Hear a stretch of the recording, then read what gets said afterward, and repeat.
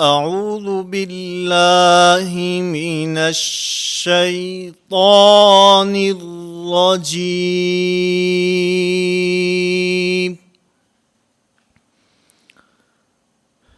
بسم الله الرحمن الرحيم.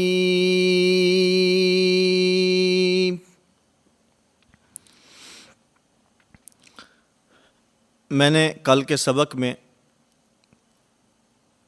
آپ حضرات کے سامنے ابتدائی طور پر تعوذ اور تسمیہ کی ادائیگی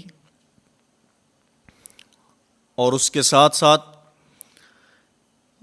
نورانی قاعدہ کی پہلی تختی میں وہ حروف جن کے آخر میں الف ہے ان کی ادائیگی، اور پھر سبق کے آخر میں پریکٹیکلی طور پر مشق کے طور پر آپ حضرات کی خدمت میں سورۃ الفاتحہ کی ابتدائی 4 آیات پیش کی تھیں، اور میں امید کرتا ہوں کہ آپ تمام احباب نے پوری توجہ، دل جمی اور دھیان کے ساتھ کل کے سبق کو دہرایا ہوگا، اس کی مشق کی ہوگی۔ اگر اسی طرح آپ حضرات پوری توجہ اور دھیان کے ساتھ اس کی پریکٹس، اس کی مشق اور ادائیگی کرتے رہے تو انشاءاللہ العزیز اس کورس کے آخر تک ہم اس قاعدہ میں بنیادی جو معلوماتی چیزیں ہیں اور اس کے ساتھ ساتھ حروف کی ادائیگی اور قرآن کریم کو تجوید کے ساتھ پڑھنا انشاءاللہ سیکھ جائیں گے۔ آج کے سبق میں میں آپ حضرات کی خدمت میں یہ بات عرض کرتا ہوں کہ یہ جو نورانی قاعدہ ہم پڑھ رہے ہیں اس کو معمولی نہ سمجھیں۔ قرآن کریم کو تجوید کے ساتھ پڑھنے میں بنیاد نورانی قاعدہ ہے۔ اگر کوئی شخص صحیح طریقے پر اس نورانی قاعدے کو پڑھ لیتا ہے، اس کے اندر جو چیزیں بیان کی گئی ہیں ان کو سمجھ لیتا ہے، ان کو سیکھ لیتا ہے، تو گویا کہ اس نے تجوید مکمل کر لی ہے، کیونکہ بنیادی طور پر اس قاعدہ کے اندر 4 چیزیں بیان کی گئی ہیں جو اس نورانی قاعدہ کا خلاصہ ہے۔ نمبر 1، حروف کی پہچان۔ تختی نمبر 1 سے لے کر تختی نمبر 3 تک اس قاعدہ میں حروف کی پہچان کرائی گئی ہے۔ نمبر 2، حرکات کی پہچان۔ تختی نمبر 4 سے لے کر تختی نمبر 7 تک حرکات کی پہچان ہے۔ نمبر 3، علامات کی پہچان۔ تختی نمبر 8 سے لے کر خاتمہ تک حروف کی پہچان، حرکات کی پہچان اور علامات کی پہچان کو بیان کیا گیا ہے۔ تو گویا کہ یہ جو 3 چیزیں ہیں، حروف کی پہچان، حرکات کی پہچان اور علامات کی پہچان، یہ صرف اس نورانی قاعدہ کا خلاصہ نہیں ہے بلکہ یہ پوری تجوید کا خلاصہ ہے، کیونکہ تجوید میں بھی بنیادی طور پر حروف کو اپنے مخارج سے صحیح صفات کے ساتھ ادا کرنا یہ تجوید کا خلاصہ ہے۔ آج کے سبق میں ہم وہ حروف بھی پڑھیں گے جو کل کے سبق میں الف والے حروف ہم نے پڑھے تھے، اور اس کے ساتھ ساتھ اس تختی میں موجود مزید وہ حروف جن کے اوپر لمبی مد ہوتی ہے، کیونکہ یہ جو حروف ہیں جن کے آخر میں الف ہوتا ہے ان میں 1 الف کے برابر مد ہوتی ہے، اس کو زیادہ لمبا نہیں کیا جاتا۔ 1 الف کی مقدار کھلی ہوئی مٹھی کو درمیانی رفتار سے نارمل انداز میں بند کرنا یا بند مٹھی کو درمیانی رفتار یا نارمل انداز سے کھولنا، یہ ایک الف کی مقدار ہے۔ ایک یہ ہے کہ بالکل یوں ایستا ایستا ایستا آپ کھلی ہوئی مٹھی کو بند کرتے ہیں، اور ایک یہ ہے کہ آپ بہت تیزی کے ساتھ اس کھلی ہوئی مٹھی کو بند کرتے ہیں، اور تیسرا یہ ہے کہ آپ نارمل انداز میں درمیانی رفتار میں اس کھلی ہوئی مٹھی کو بند کرتے ہیں۔ یہ درمیانی رفتار سے، نارمل انداز سے کھلی ہوئی مٹھی کو بند کرنا، یہ ایک الف کی مقدار ہے۔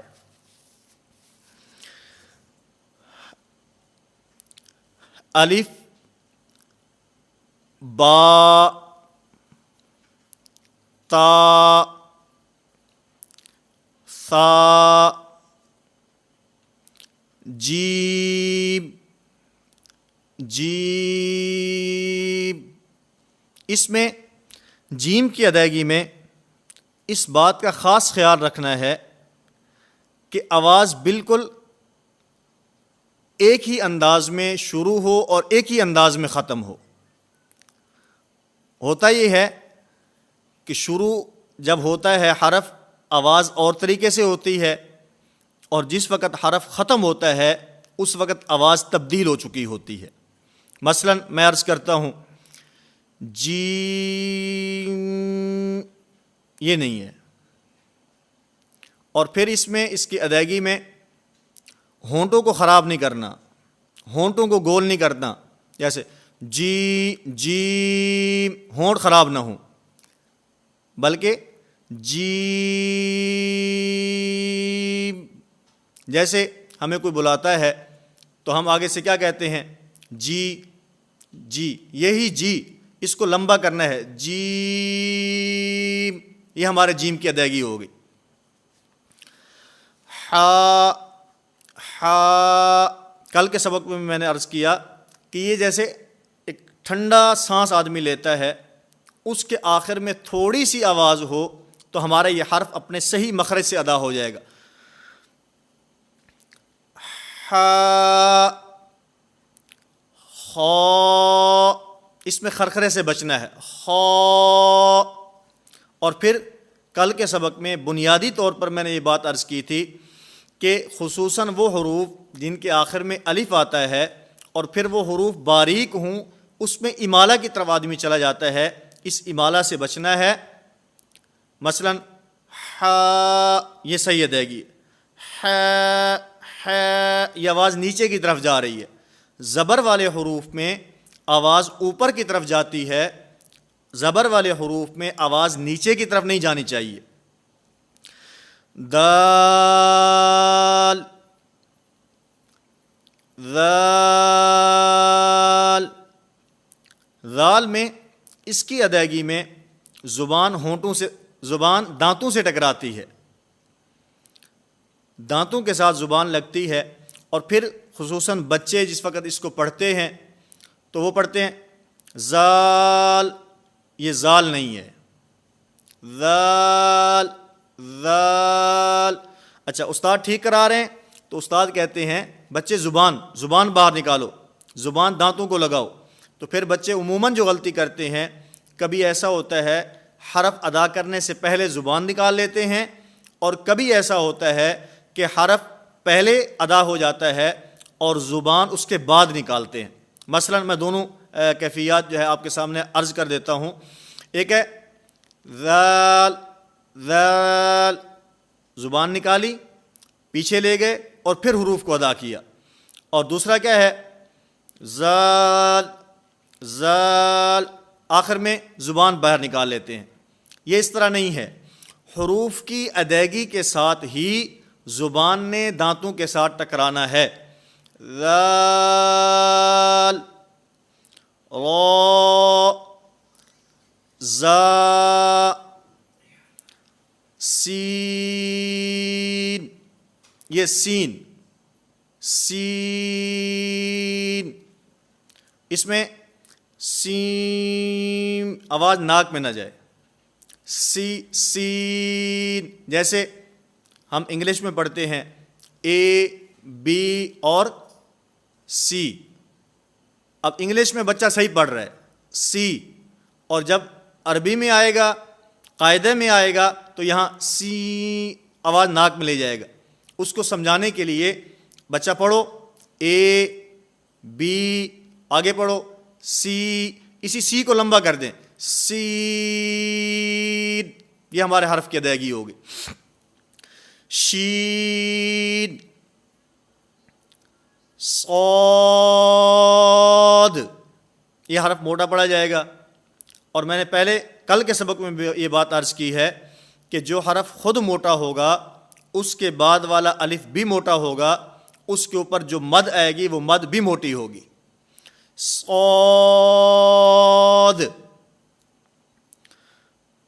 ضاد. اچھا، اس میں ان دونوں حروف کی ادائیگی میں جو عموماً غلطی ہوتی ہے وہ کیا ہوتی ہے؟ سواد. یہ سواد نہیں ہے، ہونٹ نہیں ہلنے چاہیے، ہونٹ گول نہیں ہونے چاہیے. صاد، ضاد. اور پھر یہ ضاد ایک ایسا حرف ہے کہ اس میں جو غلطی ہوتی ہے وہ صفات میں نہیں ہوتی، وہ صفات کی غلطی نہیں ہوتی، بلکہ عمومی طور پر جو غلطی ہوتی ہے وہ مخرج کی غلطی ہوتی ہے. اور مخرج کی غلطی کی وجہ سے یہ حرف ضاد نہیں رہتا، بلکہ یہ دوسرے حرف سے بدل جاتا ہے. مثلا ضاد، اب اس میں جیسے زا ہم نے ادا کیا اسی طرح ضاد کو ادا کر رہے ہیں، یہ زا سے بدل جائے گا. اور کبھی ایسا ہوتا ہے کہ اس ضاد کو ضا سے بدل دیا جاتا ہے. قا اور ضا وہ الگ حرف ہے، یہ الگ حرف ہے، اس کا مخرج الگ ہے، اس کا مخرج الگ ہے، اس کے نکلنے کی جگہ الگ ہے، اس کے نکلنے کی جگہ الگ ہے. آپ صحیح مخرج کے ساتھ حروف کو ادا کریں. اور میں آپ کی خدمت میں حروف کے مخارج کے پہچاننے کا آسان ترین طریقہ بتاتا ہوں. آپ حضرات کسی بھی حرف کا مخرج معلوم کرنا چاہتے ہیں، آپ نے مخرج پڑھا نہیں ہے یا آپ نے پڑھا ہے لیکن آپ کو یاد نہیں ہے، تو اس کے معلوم کرنے کا آسان ترین طریقہ یہ ہے کہ آپ جس حرف کا مخرج معلوم کرنا چاہتے ہیں اس حرف کو ساکن کریں، اس کے شروع میں حمزہ متحرک لگا دیں. میں مثال کے طور پر با ہے، آپ با کا مخرج معلوم کرنا چاہتے ہیں، با کو ساکن کریں، اس کے شروع میں حمزہ متحرک لگا دیں. جہاں پر یہ آواز ختم ہوگی وہ اس حرف کا مخرج ہوگا. مثلا با کو آپ ساکن کریں، شروع میں حمزہ متحرک لگیں. اب با کا مخرج ہمیں معلوم ہو گیا کیونکہ ہماری آواز دونوں ہونٹوں پہ بند ہو رہی ہے اور با کا اصل مخرج بھی دونوں ہونٹ ہیں. اسی طرح آپ ہا کا مخرج معلوم کرنا چاہتے ہیں، ہا کو ساکن کریں، اس کے شروع میں حمزہ متحرک لگا دیں. آہ، اب آپ حضرات اس کی مشق کریں، میرے ساتھ ساتھ آپ اس کو پڑھیں گے، آپ کو محسوس ہوگا کہ حلق کے درمیان سے یہ آواز نکل رہی ہے، اور جب آواز بند ہوتی ہے تو اسی حلق کے درمیان میں بند ہوتی ہے، اور ہا کا مخرج بھی وسط حلق ہے، حلق کے درمیان سے ہا ادا ہوتا ہے. اسی طرح ضاد ہے، آپ ضاد کا مخرج معلوم کرنا چاہتے ہیں، ضاد کو آپ ساکن کریں، اس کے شروع میں حمزہ متحرک لگائیں. اب